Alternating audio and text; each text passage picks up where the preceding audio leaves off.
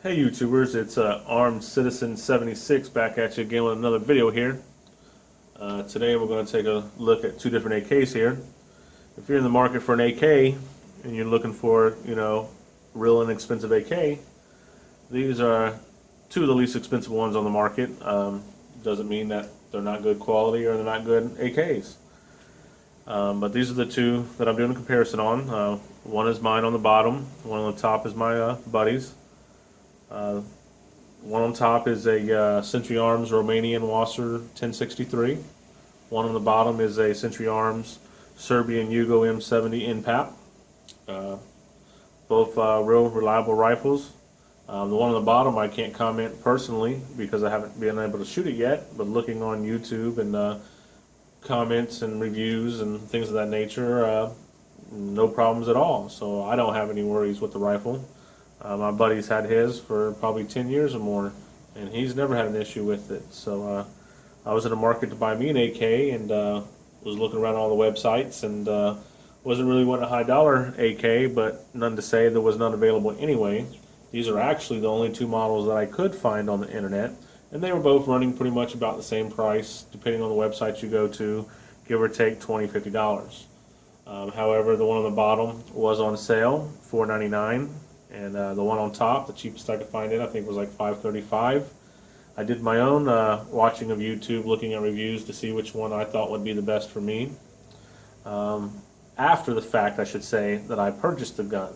When I seen that the one on the bottom, the Yugo, was the least expensive one, that's what I bought. It was simple price with me. It wasn't anything else but price. So that's what I bought. And after I bought the gun, I started telling my buddy about it. He says, "Oh, I got an AK," and brought it and showed it to me. It was exactly the other gun that I was looking at purchasing.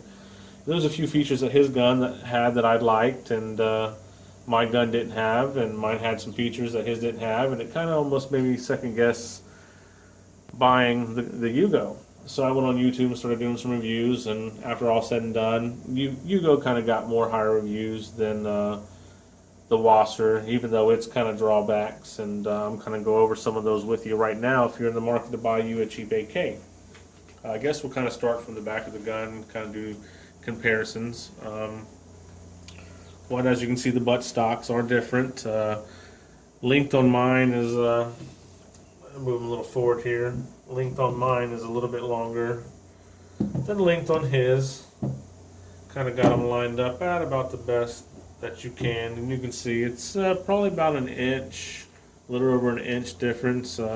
Butt stock is much fatter on the Yugo than it is on the Wasr, although the furniture is nicer. This is real nice solid wood versus this wood here looks like it's made out of glorified plywood with these little metal pins pinning the butt stock together. Let's see if you can see that. See, it's got these metal pins through it as well as the forend has it, and that's the only, that's the difference there. And the height as well, this one has a much taller butt stock on it, so when I hold this rifle up to look through the iron sights, I have to kind of play with my cheek placement on the butt stock to line it up, versus when I grab my buddy's rifle and shoulder it, I'm lined up automatically with the iron sights, good to go. So I kind of like that drop down feature of his butt stock better than I like this butt stock.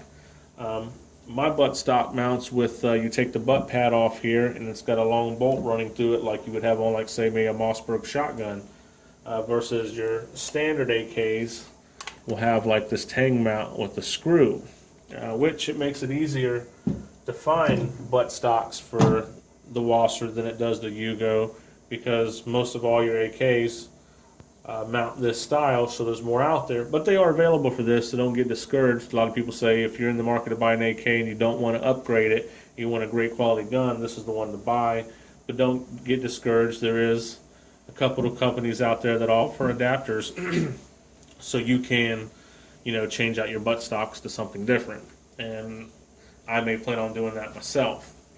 But also on his butt stock, it comes with the sling mount attachment, which mine doesn't, and his also comes with this little trap door here, as you can see.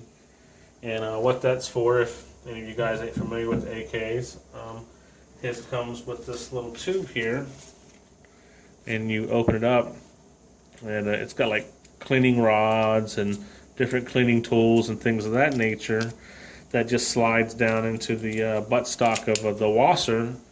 And if you guys ever seen the little rod that hangs out the front of the AKs here and ever wonder what it is, this right here is a cleaning rod.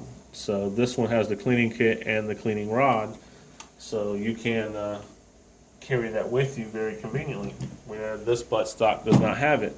So to me, that was the biggest drawback of me rather having the Wasr, was the fact of the way the buttstock felt, the way it attached, and the cleaning kit option. That right there is the only reason why I kind of wish I would have went with the Wasr.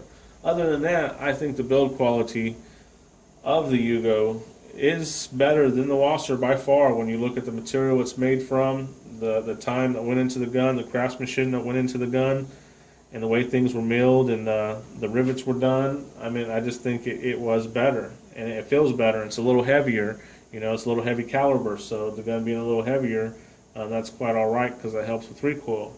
But moving on, we'll get forward. As you can see, this has like a finger grooved style grip on it,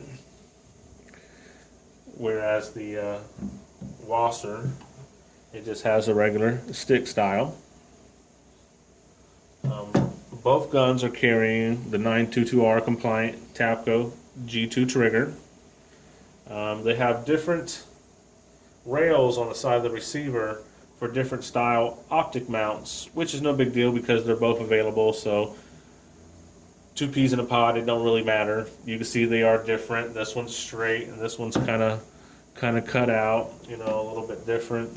As you can see, if you guys want to comment down below if you know what the rail mounts are called or what mount they accept, you know, just let everybody know down below.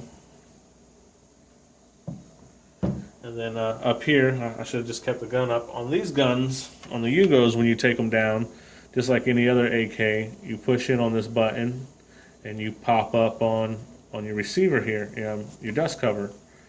But in order to do that with the Yugo, there's a little button right here, and you kind of just push in on it on the side and then push in on this button and then pop your dust cover up, which makes it easy when putting the cover back on.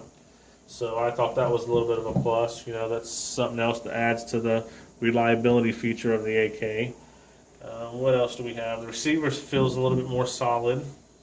When you go down and look at where they cut out, except for the double stack magazines, as you can see, it's cut pretty true there.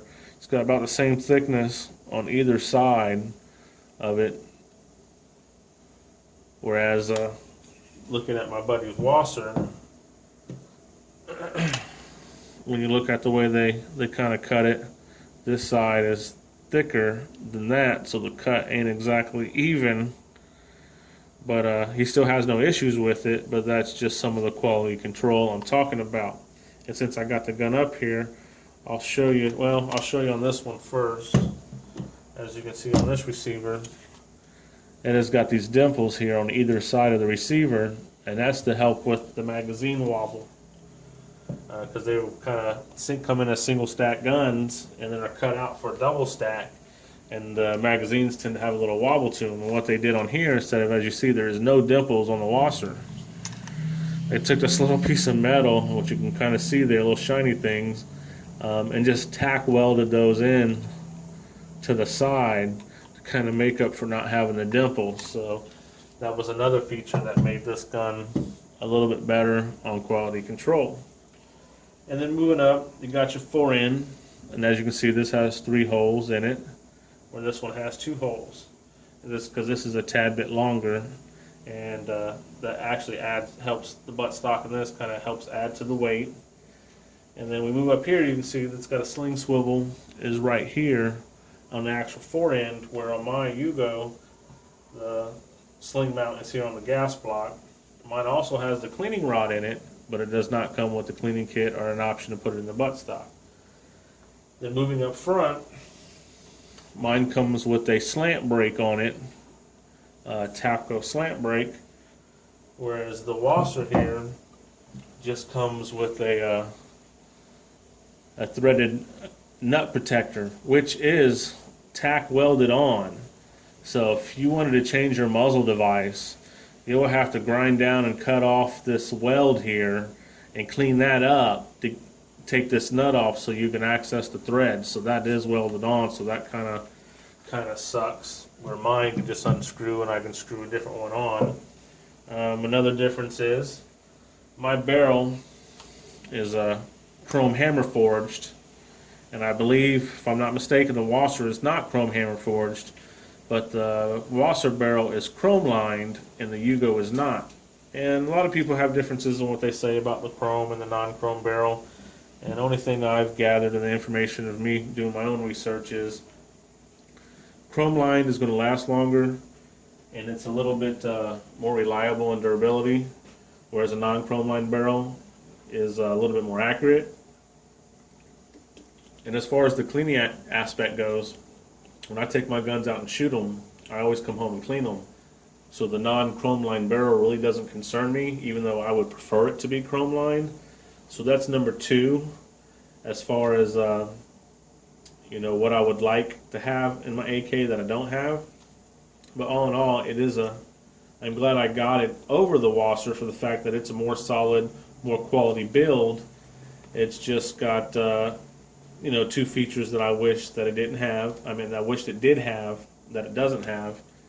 But other than that, that's kind of it. Like I said, they got their pros and their cons. And also, oh yes, one more thing that mine has that the Wasr don't have is mine have what they call a chrome bolt carrier, which to me, this ain't chrome at all.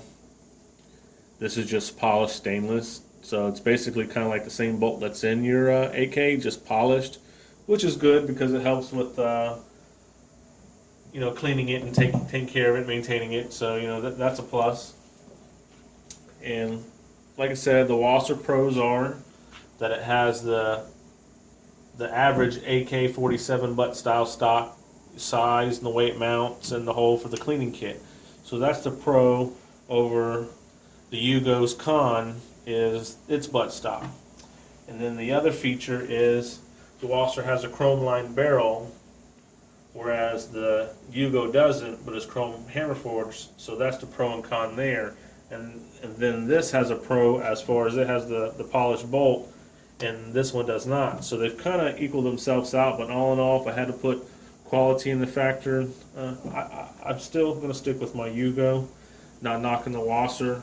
If it would have been cheaper, I would have bought it. So that's exactly why I bought what I bought, was the price. So not a big difference. If price is an issue with you, go with the cheapest one. To me, it really wouldn't have mattered. If the Wasr would have been $4.99 and the Yugo would have been the $5.35 or $5.50, I would have had the Wasr, and I'd have been perfectly okay with it, But I am glad that I did get the Yugo because, like I said, the quality is a little bit better on the rifle, and cosmetically it is a little bit more appealing to the eye. But there you guys have it. That's the kind of comparison between the two. Like I said, comment, like, share, subscribe, and till next time, guys. Later.